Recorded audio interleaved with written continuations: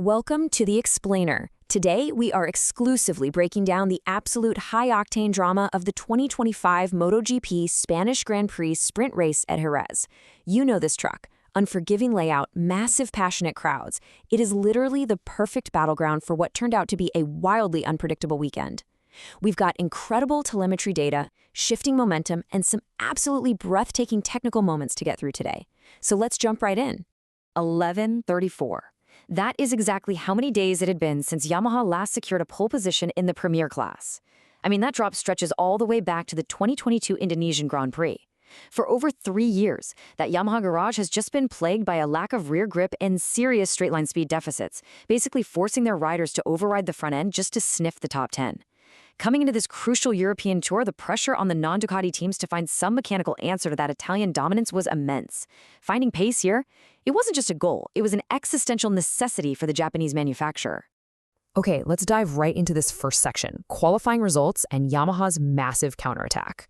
Before we get to the sprint itself, we really have to look at how the established 2025 hierarchy was completely flipped on its head Saturday morning.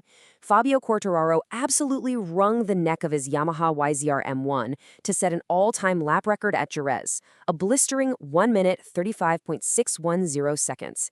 He snatched pole by a razor-thin margin of just 0.033 seconds, snapping Marc Marquez's perfect 2025 qualifying streak with Pecco Bagnaia right there in third. Now, what's fascinating technically is exactly where Quartararo found that time. The M1 finally showed some real stability in the high-speed changes of direction, specifically ripping through the fast rights of turns 11 and 12.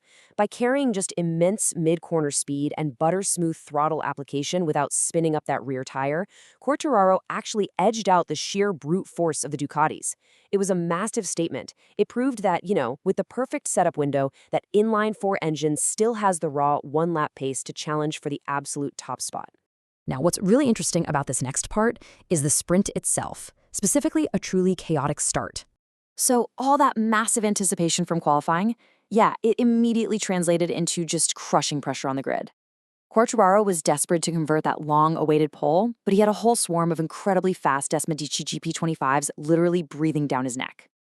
Lights out, and Quartararo gets a brilliant launch. He aggressively defends his spot through the tight, technical opening corners, navigating that heavy braking zone of turn 1 beautifully. But then, lap 2, disaster strikes. Approaching turn 6, the famous Dani Pedrosa corner, Quartararo pushed just a fraction too hard on the brakes. Track temps were actually dropping slightly, and with that medium compound front Michelin not quite up to optimal working temperature on the left side, the front end just folded. The physics of it are brutal, right? Once that tire loses bite at that kind of lean angle, there is absolutely no saving it. Just like that, in the blink of an eye, the race leader is in the gravel, and the pack behind him is completely scrambled. Let's move to the next phase and see how this builds in our breakdown of the race development and its conclusion. With the leading Yamaha suddenly out of the picture, the whole dynamic of this frantic sprint shifted instantly. If we trace the timeline, we literally go from Yamaha leading on lap 1 to absolute utter chaos on lap 2. And waiting there perfectly positioned to capitalize was Marc Marquez. Riding the factory GP25, Marquez aggressively seized control the exact second that door opened. And honestly, once he was in free air, his race management was a total masterclass. He used the Ducati's phenomenal rear grip to just drive out of the slow hairpins, specifically blasting out of the tight turn 13 and launching down the main street. Rather than overcooking his tires, Marquez just settled into this relentless rhythm, clicking off low 1 minute 37-second laps like clockwork. You can actually see his riding style on the GP25 evolving. He's using slightly less extreme lean angles to save the edge of the tire, relying way more on the bike's mechanical grip, an aero to carry him forward. He built a 1-second gap and just managed it flawlessly all the way to the checkered flag. So the crucial point here is that it wasn't just about Marc Marquez winning. It was a total masterstroke from the entire manufacturer, with Ducati locking out the top 6 spots. I mean, even with Yamaha showing that incredible one-lap pace in qualifying, the sustained race pace of the Desmedicis proved entirely unstoppable. And this really comes down to how the Ducati generates mechanical grip.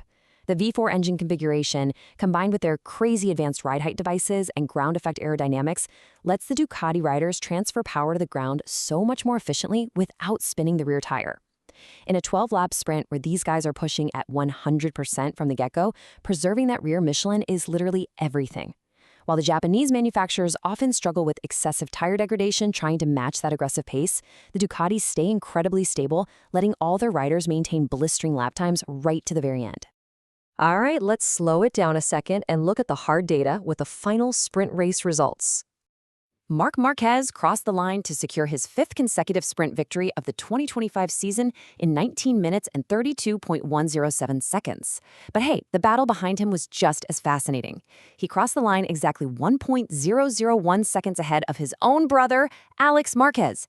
Alex put in a seriously stellar, gritty ride on the Gracini Ducati, managing to reel in the gap slightly in those final sectors, but he just ran out of laps to challenge for the win. It is a remarkable testament to that family's current dominance in the sport. Reigning champ Pecco Bagnaia rounded out the podium, sitting about 3 seconds back after struggling just a bit with front-end feel in the dirty air of the leading bikes. Franco Morbidelli and rookie sensation Fermin Aldeguer completed the top 5. Aldeguer's performance, by the way, really showcased just how rider-friendly the current Ducati package can be, letting a newcomer seamlessly mix it up with seasoned world champs right at the sharp end of the grid. So, what does this Saturday showdown mean for the big picture? Let's check out the latest point rankings. And this brilliantly illustrates how the broader title fight is shaping up. These maximum sprint points extend Marc Marquez's championship lead significantly. He now sits comfortably at the top with 135 points, giving him a really solid 20-point cushion over Alex in second place. Meanwhile, Pecco Bagnaia finds himself 31 points adrift in third.